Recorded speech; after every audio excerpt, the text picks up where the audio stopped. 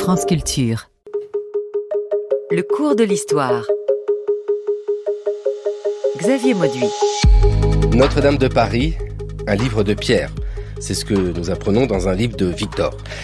Le livre de pierre, si solide et si durable, allait faire place au livre de papier, plus solide et plus durable encore. Victor Hugo, évidemment, de la première pierre posée par un pape à la dernière, imaginée par un restaurateur, il y a toujours ces tailleurs de pierre. Mais qu'en est-il de l'histoire des pierres de Notre-Dame ? Il avait fallu près de 100 ans pour construire Notre-Dame. Pas de pierre, pas de construction. Les premiers monuments furent de simples quartiers de roche que le fer n'avait pas touchés, dit Moïse. Il devient un édifice gothique, non pas une simple silhouette entre la pierre et Dieu, à la grandeur et à l'erreur condamnée. Aujourd'hui, nous allons regarder avec précision les pierres de Notre-Dame avec vous, Damien Bernet, bonjour. Bonjour.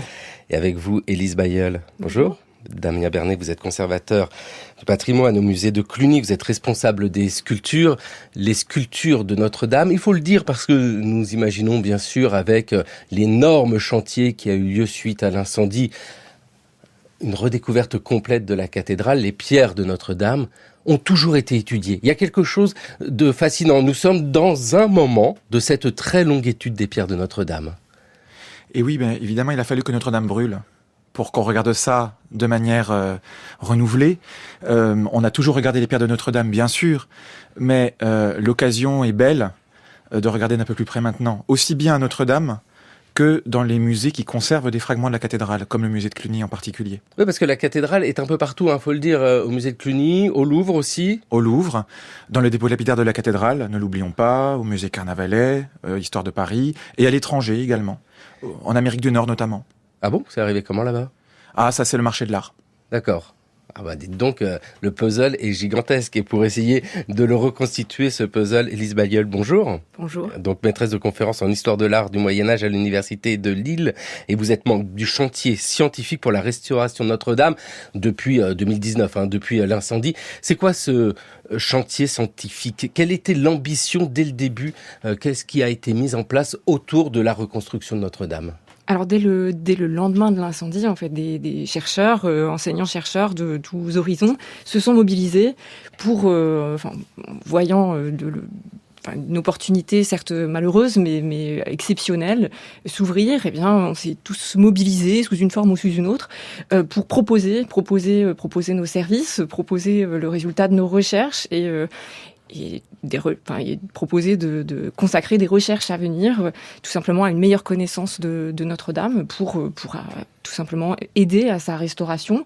Voilà, on a proposé comme ça nos services très vite et ces bonnes volontés ont été fédérées par le CNRS et ça a pris la forme de ce chantier scientifique au service de la restauration. Et c'est ce qu'on va voir aujourd'hui dans le cours de l'histoire. En quoi la connaissance de Notre-Dame avance sans cesse. Et vraiment, je tiens à le dire, c'est pas l'incendie qui fait que d'un seul coup on s'est intéressé à Notre-Dame. Il y a une accélération bien sûr des connaissances, mais les chercheuses et les chercheurs, ça fait bien longtemps qu'ils s'intéressent à ces pierres d'ailleurs. On peut les présenter.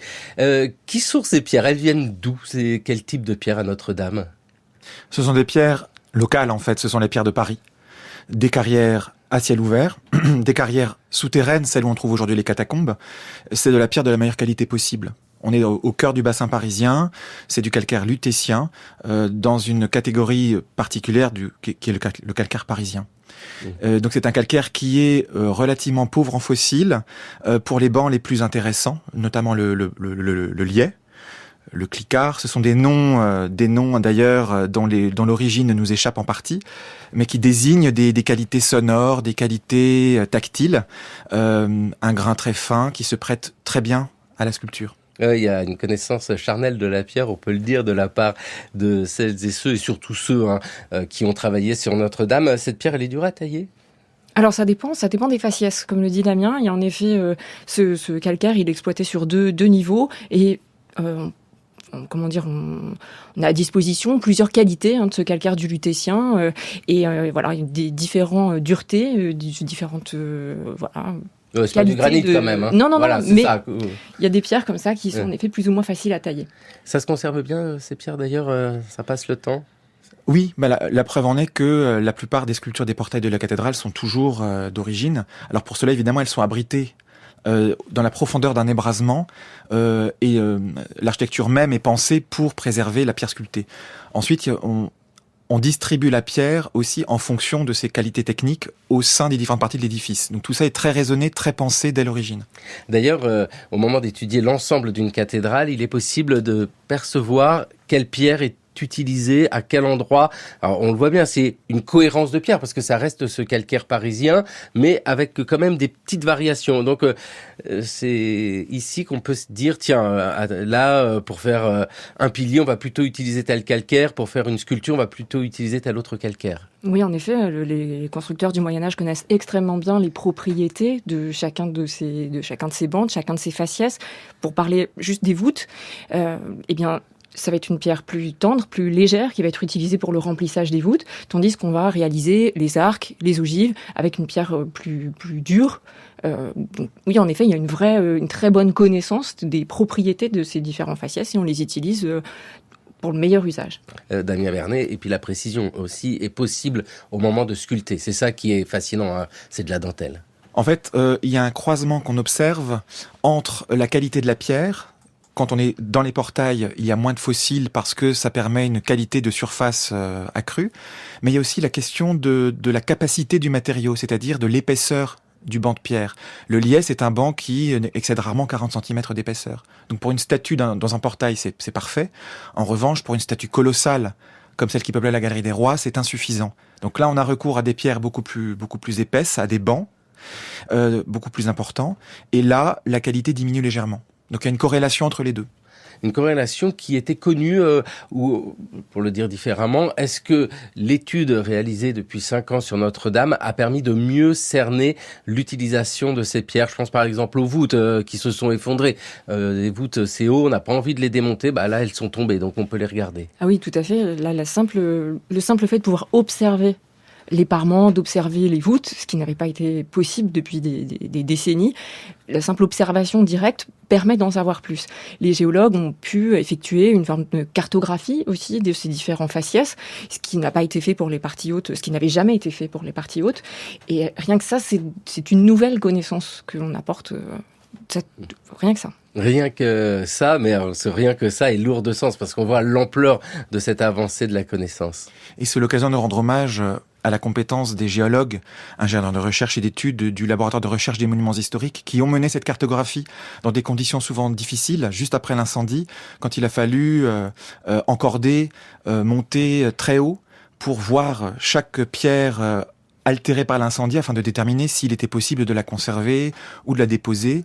Et c'était l'occasion d'emmagasiner des connaissances comme jamais il a été possible de le faire dans toutes les parties de la cathédrale. Très haut, c'est quoi l'élévation de Notre-Dame? On est à combien de mètres quand on est 32 mètres de hauteur sous voûte.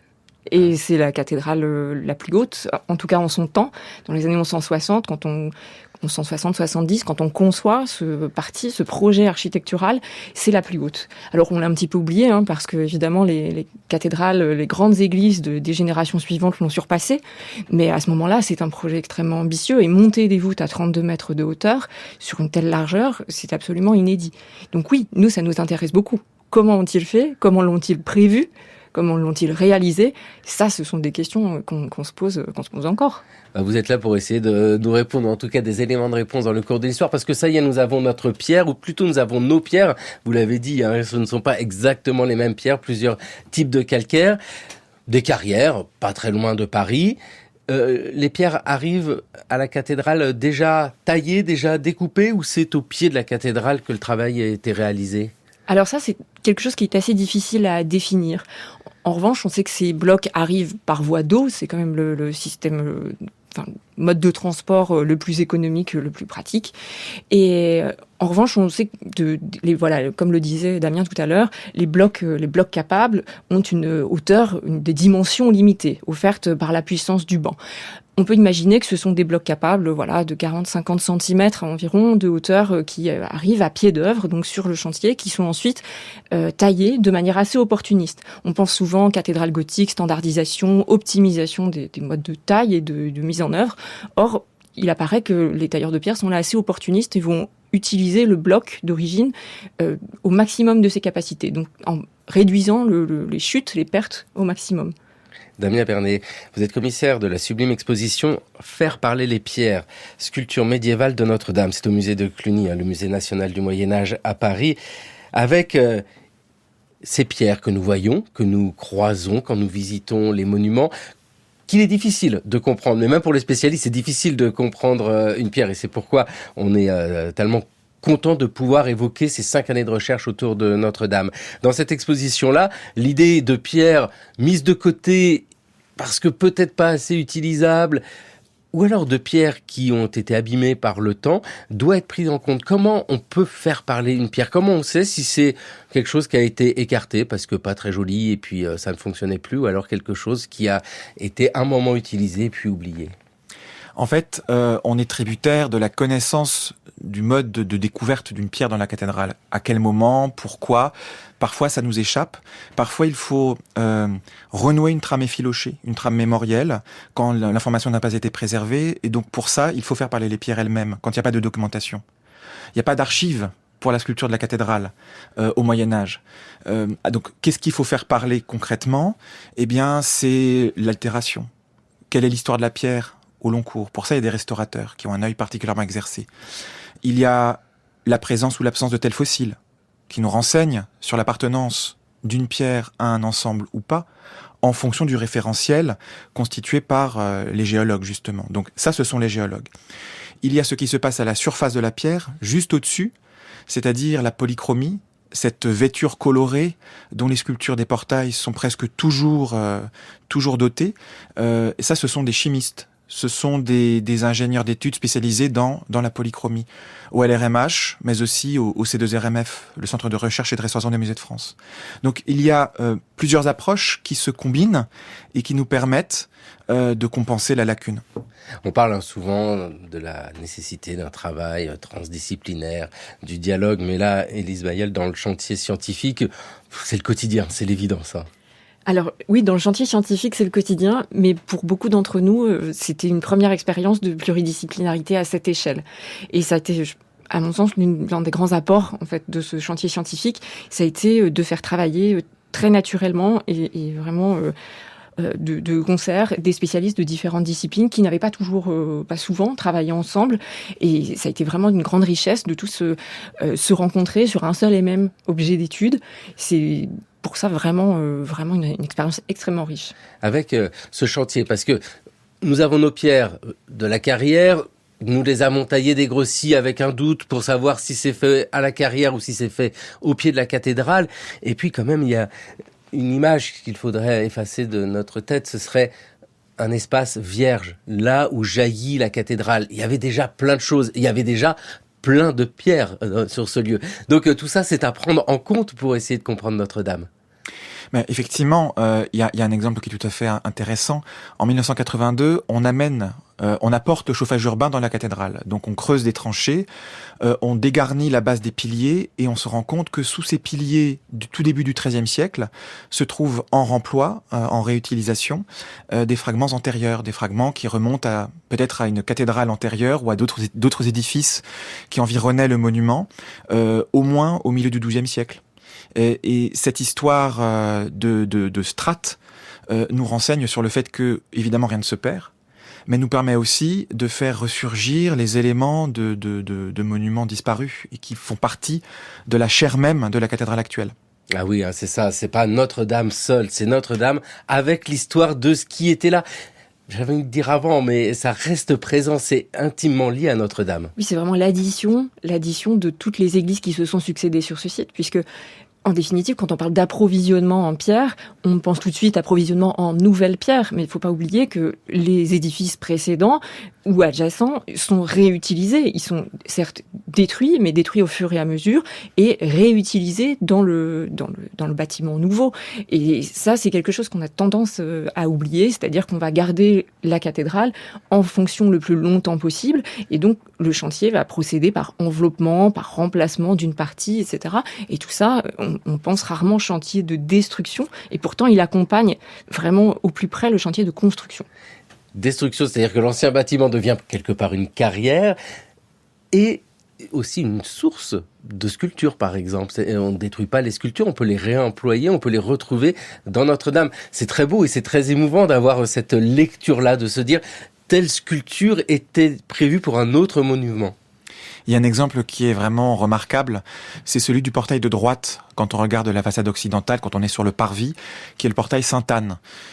C'est-à-dire que au moment où le chantier arrive à ce lieu de la cathédrale, on est vers 1200, 1210, on décide, pour des raisons qui nous échappent en partie, de réutiliser des éléments qu'on date, grâce au style, du milieu du XIIe siècle, vers 1145 à peu près. Ces éléments-là, ils sont, ils sont comme des témoins de la cathédrale antérieure, ils sont suffisamment précieux pour qu'on décide de les préserver. Ce sont des images qu'on souhaite transmettre, et on complète avec de la sculpture neuve dans laquelle ces éléments antérieurs sont comme enchâssés, un peu comme des trésors. Et d'ailleurs, ce sont les parties périphériques du portail, les parties qu'on sculpte au début du XIIIe siècle, qui donnent son nom à ce nouveau portail, puisque sur le linteau inférieur, on a des scènes de la vie de Sainte-Anne.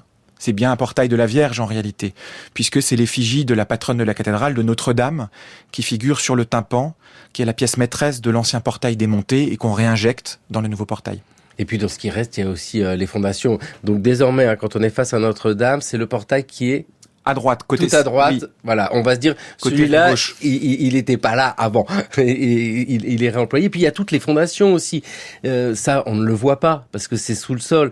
Mais il y a tous les restes de ces bâtiments anciens. Et puis les fondations de Notre-Dame elle-même. Alors les fondations de ces grands monuments, on les connaît assez peu. Alors là, on a pu en découvrir certains fragments, certains aspects grâce aux fouilles archéologiques. Mais c'est vrai que ces fondations utilisent souvent en partie évidemment des blocs neufs, mais en bonne partie aussi des blocs en réemploi. Et il faut imaginer que la construction de ces fondations, qui s'enfoncent à plusieurs mètres dans le sol, a certainement pris aussi beaucoup de temps. Donc ça fait aussi partie des choses qu'on oublie fréquemment. On pense construction, oui, à partir du moment où on monte en élévation, mais en revanche, il faut quand même prendre en considération tout ce temps de préparation du sol et puis de réutilisation des fondations, éventuellement de l'édifice ancien, et de construction de nouvelles fondations, puisque, a priori, cette cathédrale gothique est plus grande que la précédente. Et puis elle se construit lentement.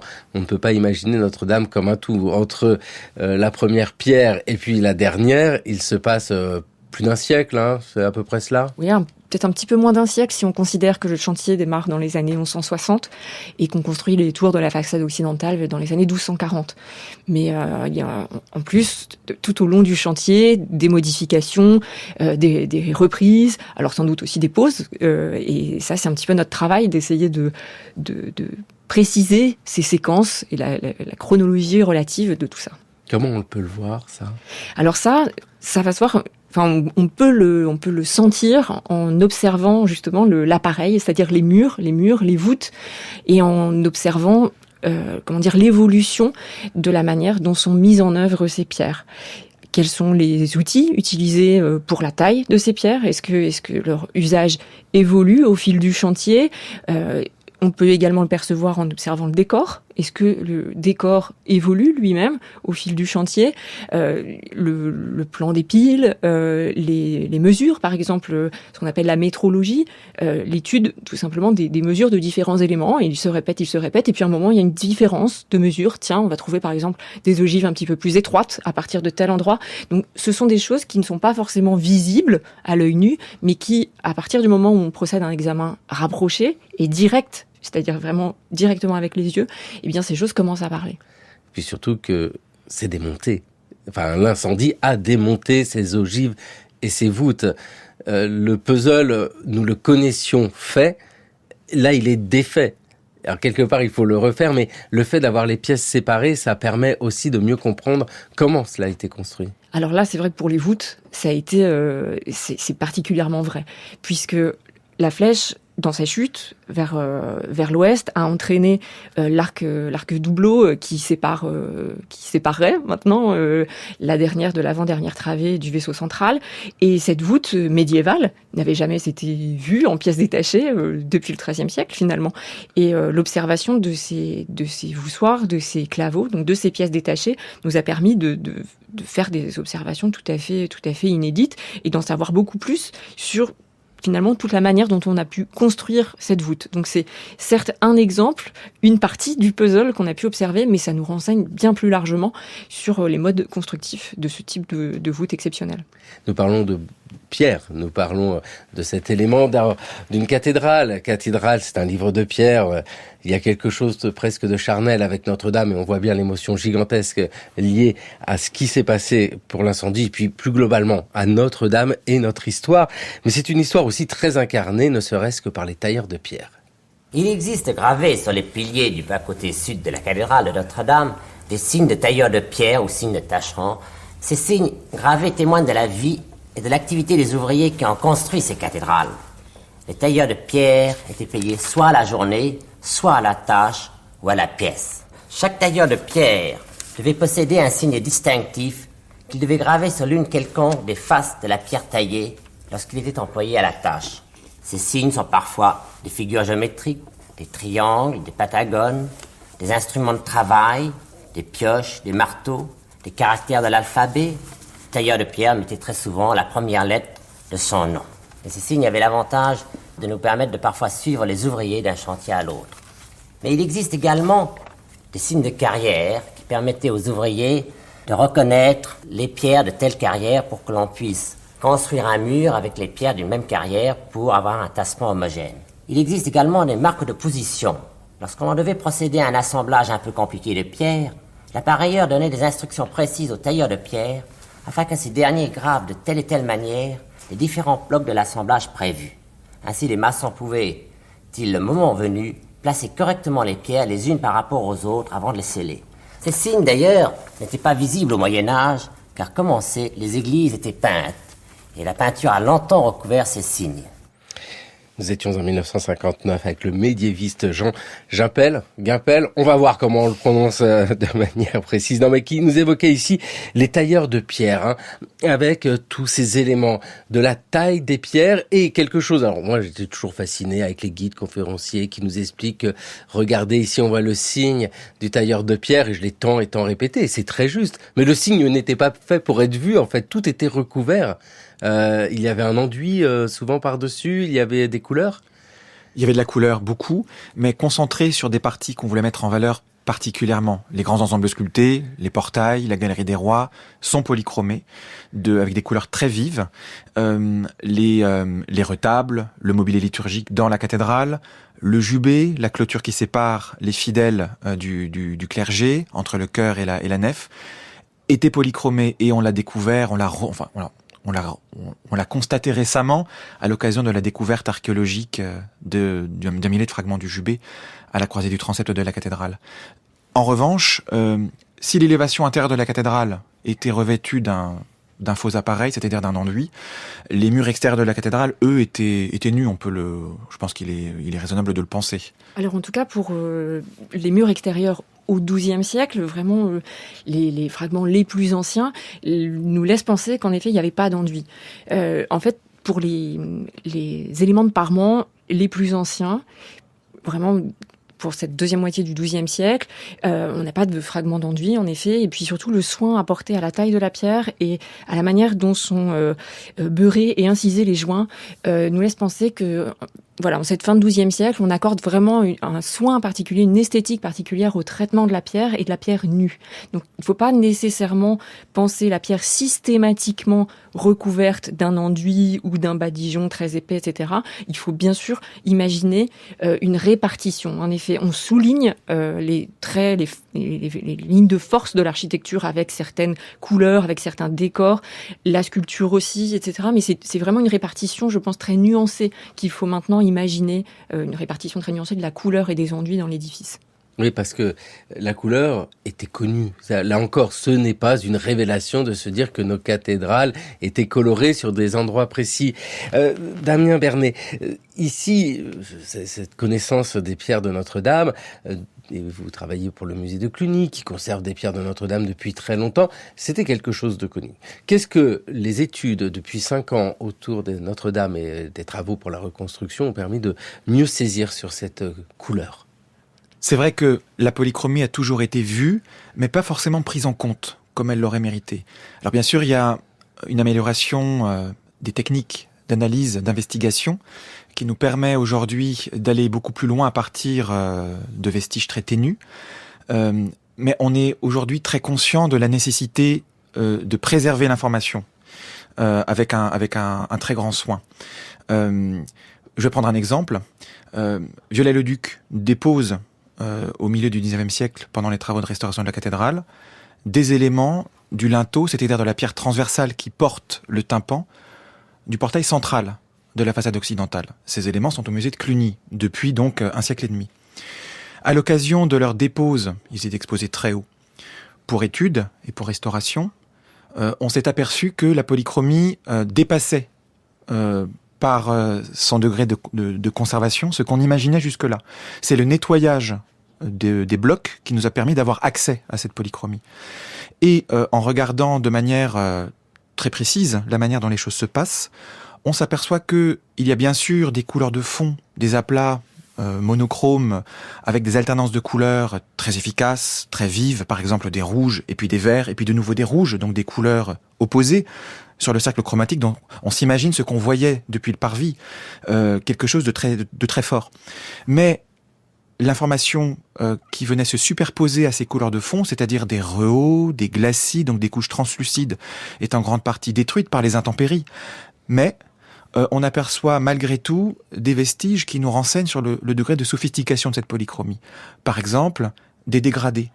On voit que les personnages trouvent presque un écho coloré sur le fond de la scène en quelque sorte, avec une évolution de la couleur vers le blanc. Les ailes des anges sont comme irisées, avec des jeux de couleurs très progressifs, et même, et c'est ça peut-être qui nous a le plus étonné, quand on regarde les carnations, c'est-à-dire les chairs des personnages qui sont en train de ressusciter, on voit des juxtapositions de couleurs. Un violacé, et tout d'un coup, sans transition, un rose. Alors on s'est dit ce sont des altérations différentielles de la polychromie, il y a des phénomènes chimiques. Les collègues de l'RMH nous disent que non, c'est véritablement comme ça. Donc ensuite il faut interpréter. Et alors l'idée qui nous vient, mais alors elle demande à être confirmée par d'autres exemples, par l'enluminure, c'est que peut-être le peintre a voulu représenter le moment où la chair des ressuscités passe d'un état cadavérique à un état de nouveau vivant. Autrement dit, c'est comme si le sang affluait dans les vaisseaux, qu'il y avait une reviviscence des chairs, et que c'est la résurrection elle-même qui est comme représentée dans la polychromie. Donc ça devait être très, très expressif, peut-être même un peu brutal. Et la couleur, évidemment, quand elle disparaît, nous prive d'un degré d'information immédiat. La pierre nue est une pierre qui est dépouillée d'une partie de l'information, qui est comme mutilée en fait. Mutilée, et puis qui correspond aussi à la manière dont elles nous ont été imposées dans les représentations, avec la pierre très blanche, cette pureté que l'on imagine. Il y avait beaucoup de couleurs. LRMH, le laboratoire de recherche des monuments historiques, qui a participé évidemment, parce qu'on l'a dit, il y a tellement d'acteurs, d'intervenants dans cette histoire, à la réflexion autour de ce qu'est Notre-Dame. Et aujourd'hui, dans le cours de l'histoire, nous réfléchissons à la pierre. Notre-Dame, livre de pierre, laissons la parole au tailleur de pierre.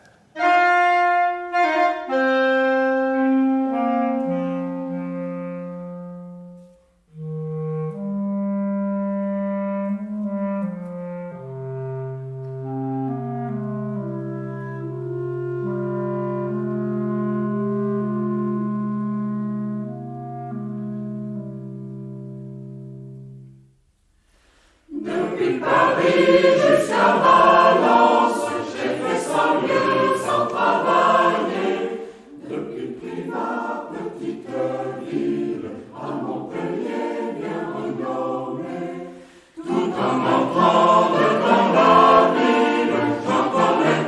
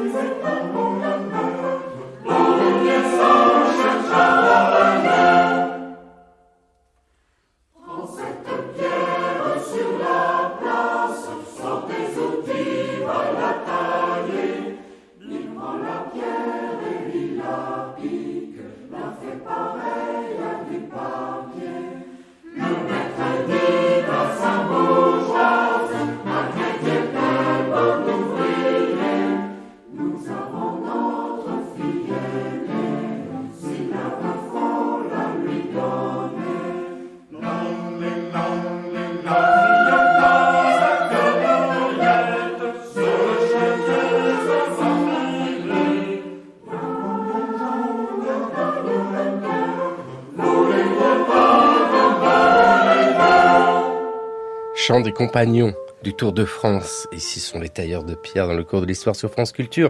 Une émission réalisée par Sam Bakias, préparée par Cassandre Puel, avec aujourd'hui à la technique Noé Chaban et avec toutes ces pierres Damien Bernet et Élise Bailleul. Nous avons un puzzle gigantesque, hein. C'est une construction. D'ailleurs, nous savons qu'une célèbre marque de jouets faite de petites briques nous propose de reconstruire nous-mêmes tant d'objets et des cathédrales.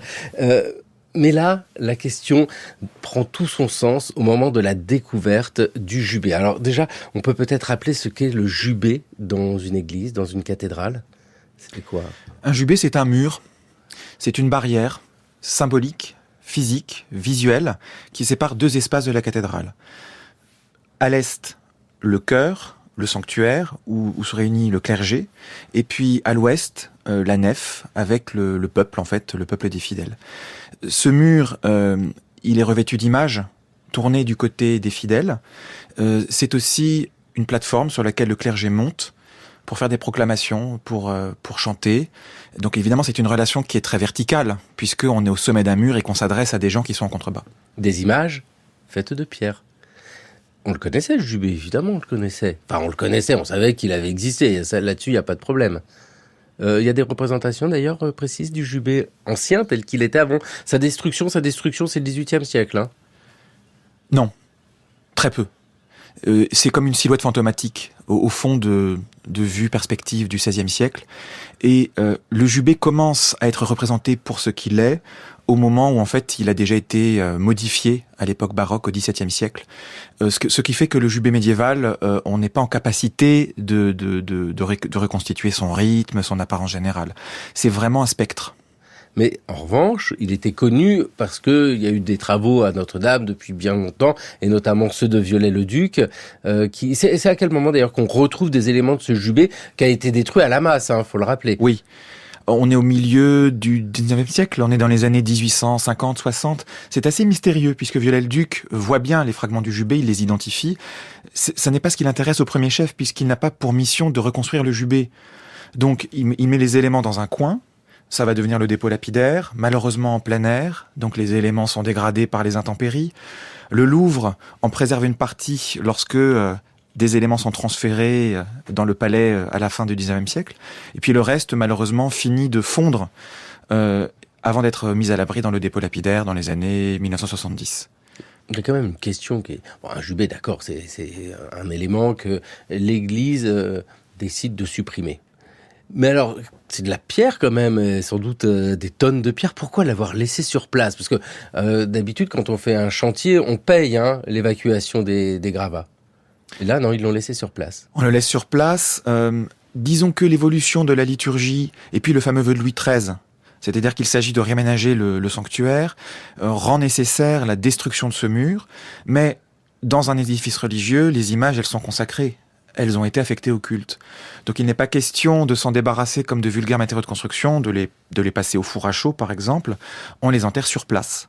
Et donc on pouvait s'attendre à ce que le jubé soit encore là en grande partie. Viollet-le-Duc n'a fait qu'effleurer la stratigraphie, c'est-à-dire la superposition des éléments. Et lorsque l'INRAP entre en scène en tant qu'opérateur de la fouille en 2022, il tombe sur l'essentiel de cette fosse presque d'inhumation, puisque les archéologues de l'INRAP ont vu que les éléments du jubé sont très soigneusement superposés en couches et que même si les images ont été mutilées, elles sont là.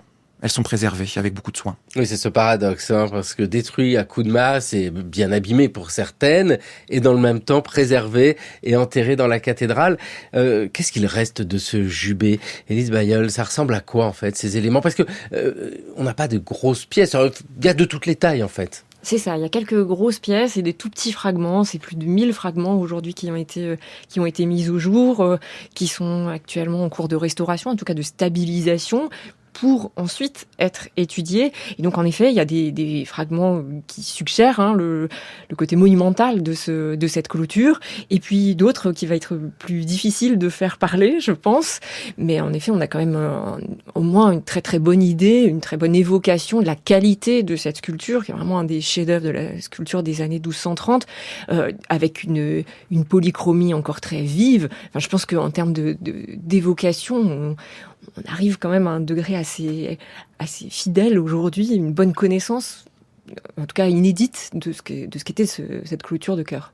C'est la force de l'histoire de l'art et on le ressent à l'exposition Faire parler les pierres, sculpture médiévale de Notre-Dame, au musée de Cluny à Paris. C'est qu'il y a ce cheminement esthétique où on est saisi par l'émotion, par la beauté, vous venez de le dire, la qualité de réalisation et la finesse. Et puis, et c'est la force d'une exposition qui est bien réfléchie, on a le bonus, c'est-à-dire la compréhension de la chose. Et là, c'est la main tendue, c'est l'apport scientifique qui nous permet de regarder ces pierres qui nous ont donné de l'émotion, mais en les comprenant d'une autre manière. On peut évoquer la polychromie déjà, parce que vraiment exceptionnel de se dire, elles ont été enterrées, donc formidable, les couleurs sont toujours là. Les couleurs sont là, mais elles sont d'une fragilité extrême.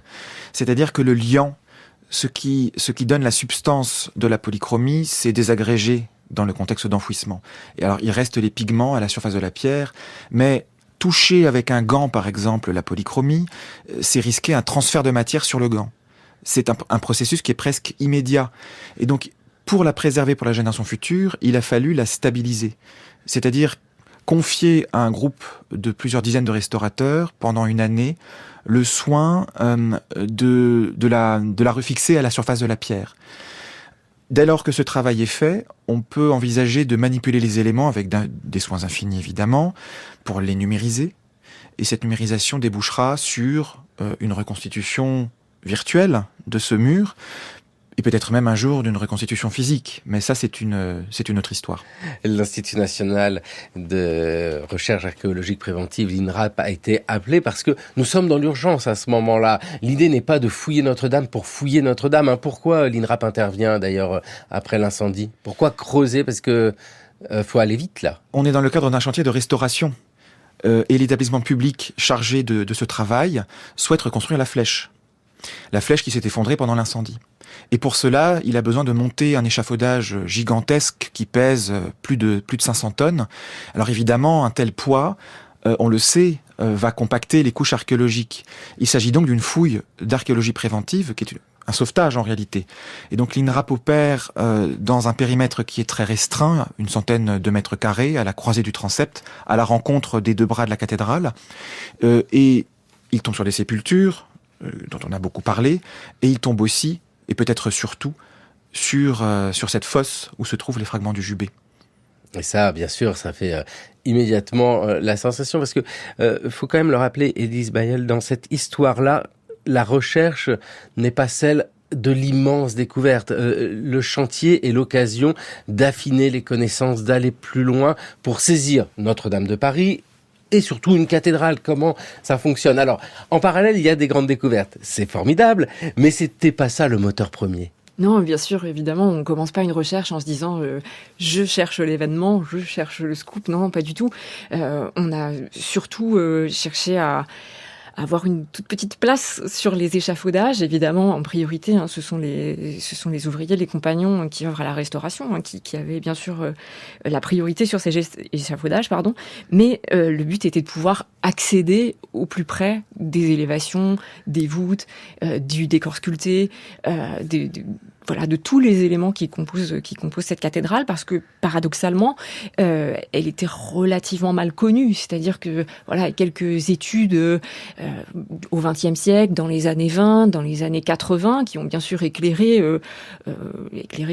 sa construction, mais au bout du compte, comme c'est un monument très visité, un monument aussi très utilisé d'un point de vue liturgique, bien évidemment, il est plus difficile d'accès, ça se comprend très très bien, mais là on avait une fenêtre, une toute petite fenêtre ouverte avec des échafaudages qui nous permettaient d'observer et de représenter, de dessiner, de photographier, de numériser chacun des détails de cette cathédrale en espérant, accumuler un maximum de données, d'éléments pour améliorer notre compréhension, tout simplement améliorer notre compréhension de cette cathédrale. C'était l'ambition de départ, c'était celle-ci. Et puis après, il faut transmettre les choses, parce que c'est formidable d'avoir des résultats, alors j'imagine tellement complexes dès qu'il s'agit de la chimie qui regarde la pierre dans le détail.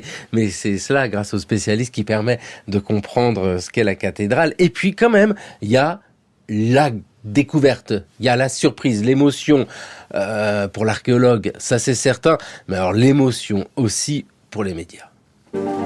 L'enquête a débuté il y a tout juste 2 ans et demi, lorsque 2 cercueils plombés ont été déterrés dans les entrailles de Notre-Dame. Découverts au cœur de la cathédrale gothique, à l'endroit où un échafaudage gigantesque prenait place pour reconstruire la flèche. L'une des sépultures serait celle du poète Joachim du Bellay. Les archéologues avaient rapidement identifié l'occupant du premier sarcophage, mais pour l'autre cercueil, beaucoup plus ancien, mystère. Premier indice, l'inconnu était jeune et malade. Son squelette déformé, ses jambes arquées, attestent qu'il s'agissait d'un cavalier, comme le poète, mort en 1560. Indice supplémentaire documenté par les historiens, Joachim du Bellay était revenu dans la capitale à la fin de sa vie. On le savait enterré ici, mais sa sépulture restait anonyme parmi plus d'une centaine de dépouilles récemment mises au jour. Autant de secrets qui restent à percer.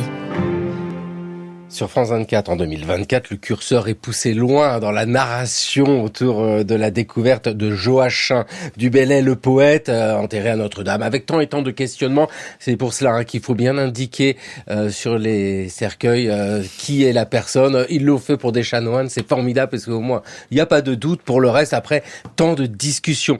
Mais Damien Bernet, c'est aussi une grande partie du travail du chercheur, de la chercheuse. La médiation, c'est formidable, ces recherches très complexes, la chimie et tout. Puis après, faut le raconter. Et là, c'est une autre langue qu'il faut adopter. Alors, bien sûr, on est là pour faire ressentir l'émotion. Devant les fragments polychromés du Jubé, l'émotion est là, immédiate. Les couleurs sont si vives, sont si délicates. Ensuite, lorsque le fragment est dépourvu de polychromie et lorsqu'il n'est plus très lisible, c'est une autre histoire. Donc, tout notre travail consiste à le remettre en contexte. J'allais dire presque à le remettre sous tension, afin que le visiteur comprenne le lien organique qu'il y a entre la collection du musée, qui est un ensemble artificiel, et la cathédrale, qui se trouve à quelques centaines de mètres, mais qu'on n'a pas directement à portée de la main. Et le but de cette mise en contexte, c'est de faire en sorte que les effets qui étaient recherchés par le sculpteur au Moyen-Âge redeviennent perceptibles.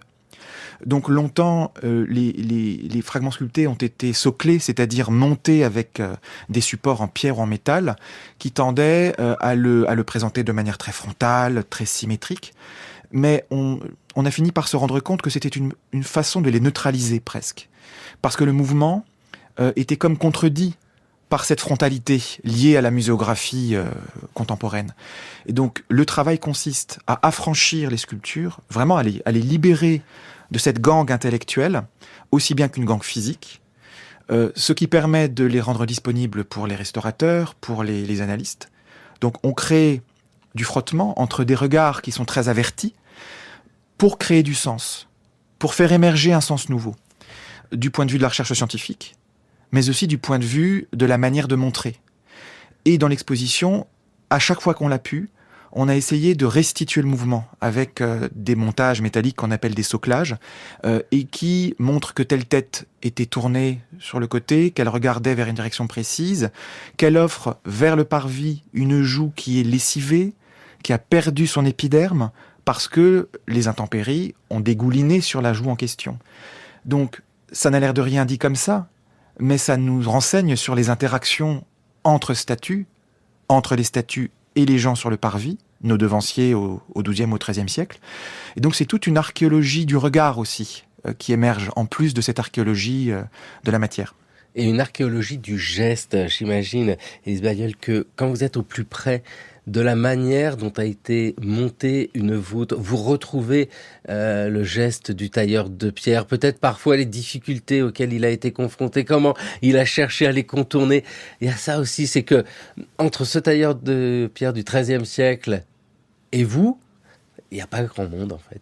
Non, tout à fait. Et ça, on s'en est vraiment rendu compte de manière très précise quand on a examiné les éléments effondrés de la voûte et de l'arc-doubleau effondré de la nef, puisque on trouve sur chaque claveau un signe lapidaire sur chacune des faces et qui est frais, extrêmement frais en fait, et puis imprimé dans le mortier. Donc finalement, ce sont des négatifs. Alors il faut imaginer que les archéologues du bâti, les historiens de l'architecture raisonnent la plupart du temps à partir de négatifs, donc des traces laissées par les outils, par des éléments en bois, par des échafaudages, etc. Donc là, des négatifs de signes lapidaires qui ont été tracés sur la pierre comme hier, d'une grande fraîcheur, avec des épures, tout simplement, des lignes destinées à guider le tailleur de pierre au moment du façonnage. Donc oui, il y a des choses comme ça qui nous font entrer dans l'intimité, dans le quotidien, dans le geste du tailleur de pierre, du sculpteur. Et ça, en effet, c'est à la fois très émouvant et très mystérieux, parce qu'il faut nous remonter. Notre mission, c'est de remonter ce fil. Et puis quand c'est tout en haut dans les voûtes, on se dit ça se verra pas. Il y a des petites erreurs comme ça qu'ils ont laissé passer que vous voyez. Alors des petites erreurs non, mais en revanche oui des joints très larges, des choses comme ça. En effet, on se dit c'est quand même pas très très propre. Et puis en définitive à 30 mètres de distance, c'est absolument invisible. Et ou au contraire, un soin extrême porté à la réalisation de tout petits chapiteaux en partie haute, à l'extérieur, à l'intérieur. On se dit, là, un soin extrême accordé à ça, alors qu'en effet, depuis le sol, c'est imperceptible. Donc oui, il y a ces deux aspects.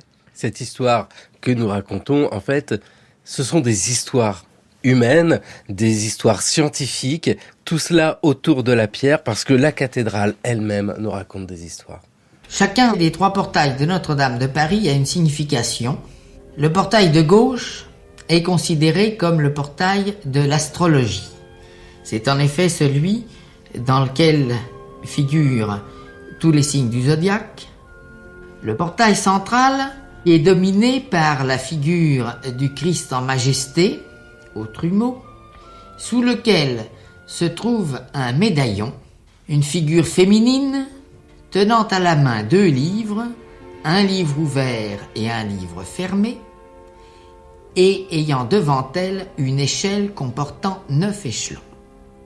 Et il apparaît, à la lumière d'ailleurs de l'ensemble des sculptures qui entourent le Christ dans ce portail central, que cette porte est la porte de la science des lettres et des nombres, de la science du verbe. À Notre-Dame de Paris, la plupart des sculptures qui se trouvent au portail de droite sont des sculptures à caractère alchimique. Sur le trumeau central de ce portail, il y a une statue de l'évêque Saint-Marcel. Sous ses pieds, il y a la représentation d'un véritable athanor alchimique, d'une sorte de fourneau duquel sortent des flammes avec le vase philosophal dans lequel se fait la transmutation alchimique. Jacques Darès, historien des civilisations, des religions, diacre aussi de l'Église catholique, en 1964, qui raconte des histoires. Damien Bernet, on a souvent dit que ces sculptures de pierre étaient là pour permettre l'édification des gens, leur connaissance. On peut en discuter, parce que c'est peut-être aussi simplement pour impressionner, et par la non-connaissance, c'est déjà suffisamment impressionnant. Mais si Jacques Darès, par exemple, arrive à raconter, c'est qu'il a lu des livres médiévaux. La mise en relation de tout cela permet de mieux comprendre les pierres, et ce qui est proposé à l'exposition Faire parler les pierres au musée de Cluny, alors là, nous guide dans une compréhension de pierres qui sont pour certaines abîmées. Enfin, elles sont magnifiques, on voit un élément, on les comprend pas, et la mise en relation des documents nous donne un éclaircissement sidérant. Vous parlez peut-être de ce manuscrit démembré qui est apparu. C'est de la folie. Ouais, c'est vraiment étonnant. Et c'est vrai que ça tombe à pic au moment où on commence à étudier les fragments du Jubé. En fait, c'est une histoire assez simple. On est dans les années 80 et c'est un collègue historien qui a une intuition géniale. C'est qu'un feuillet enluminé, isolé, en noir et blanc en plus, hein, c'est une estampe, représente des scènes de la clôture du chœur, les parties conservées qu'on voit toujours, qui viennent d'être restaurées et que les gens vont redécouvrir en entrant dans la cathédrale.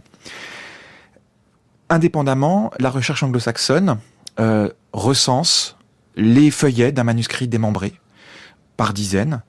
Et c'est mon homologue du Louvre, Pierre-Yves Le Pogam, qui comprend que la découverte du collègue des années 80, c'est-à-dire le lien entre le manuscrit et la clôture, concerne en fait tous les feuillets qui ont été réunis par les collègues anglo-saxons.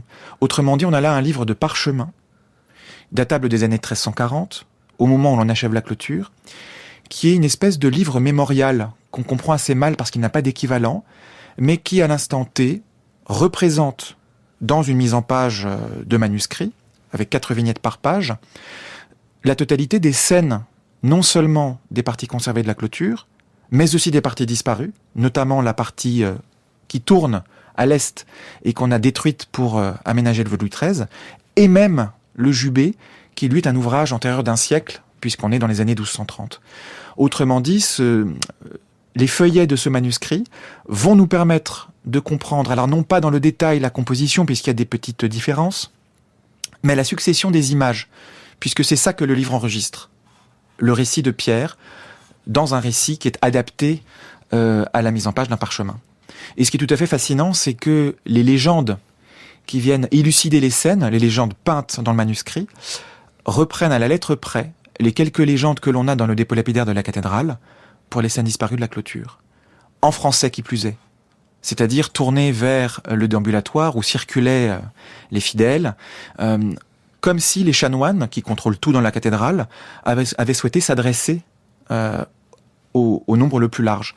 Donc voilà comment, de manière presque fortuite, on en vient à ressusciter des pans entiers de ce monument disparu, et à partir de fragiles images de parchemin. C'est ça, le parchemin qui discute avec la pierre, des pierres remplacées par d'autres pierres. Hein, quand vous évoquez le vœu de Louis XIII, ce sont ces éléments sculptés qui se trouvent dans le chœur. Ce sont des statues en marbre du début du XVIIIe siècle qui représentent alors la Vierge de Pitié au centre, Louis XIII d'un côté, Louis XIV de l'autre, et puis des anges en bronze au nombre de 6. Voilà, et on avait détruit une partie de la clôture de pierre. Voilà, la cathédrale, on l'a dit, elle est vivante. Il faut juste maintenant essayer de la comprendre. On parle beaucoup du Jubé. D'ailleurs, le Jubé, on en a retrouvé quel pourcentage ? Alors ça, je ne saurais pas dire sur ce qui... C'est difficile à dire parce que ça dépend largement du travail de reconstitution qui s'ouvre. Est-ce que c'est 30%, 40% ? C'est difficile à dire. Ah, ils sont où les 60% qui manquent ? Rien ne se perd. Et quand on enterre des images consacrées, on les enterre toutes. Donc en fait, la suite, elle est toujours sous la cathédrale. Et un jour, peut-être, il sera possible d'en savoir plus. Oui, parce que on l'a bien dit, hein, ça n'a pas été fouillé pour faire une fouille archéologique. La fouille, c'est une fouille de l'INRAP pour pouvoir mettre l'échafaudage. Et là, endroit où il n'y avait pas besoin d'échafaudage, on n'a pas fouillé. Exactement. Donc c'est encore là. C'est une réserve archéologique. Le chantier se termine, Élise Bailleul, et comment ça va se passer désormais ? Alors, tout ce qui a pu être trouvé est déposé un peu partout. Les équipes pluridisciplinaires ne vont pas disparaître. Quand même, le travail en collaboration va se poursuivre. Alors, ce travail en collaboration va se poursuivre sous une forme qui est encore à déterminer, à préciser. C'est une collaboration qui continue, hein, un attelage qui a été très fructueux entre le ministère de la Culture et le CNRS, donc sous forme sans doute de réseaux thématiques. Donc ces synergies vont se poursuivre, voilà, sous une forme qui reste encore à déterminer. Mais en tout cas, le côté, extrêmement vertueux de ces collaborations pluridisciplinaires est vraiment reconnu par tous. Donc oui, on va continuer. Comment, je ne peux pas encore vous dire, mais on va continuer, oui. Et formidable chantier de Notre-Dame, une réalisation exceptionnelle en très peu de temps, des corps de métier mobilisés de tous les côtés. Bien sûr, une pensée à toutes nos églises un peu partout qui, elles, ont du mal à se maintenir. En revanche, on peut dire que tout ce qui a été trouvé à Notre-Dame de manière scientifique, tout ce qui a été découvert, peut profiter à l'ensemble du patrimoine. c'est certain, à la compréhension de ce patrimoine. On a écrit que Notre-Dame est un chantier de référence. C'est Dany Sandron de la Sorbonne qui a écrit ça. On peut dire que le Jubé, par exemple, est un Jubé de référence, puisque Notre-Dame est un chantier qui est très regardé à l'échelle de l'Occident chrétien, en fait, dont on perçoit des traces depuis Burgos jusqu'à Trondheim en Norvège, et que la compréhension de ce Jubé va nous permettre sans doute d'éclairer par contre-coup d'autres Jubés qui sont contemporains, qui sont conservés à Chartres, à Bourges et bien ailleurs encore. Ça n'est jamais anodin d'étudier Notre-Dame, puisque c'est un monument qui a eu un destin très particulier, un destin qui finalement est même national et international.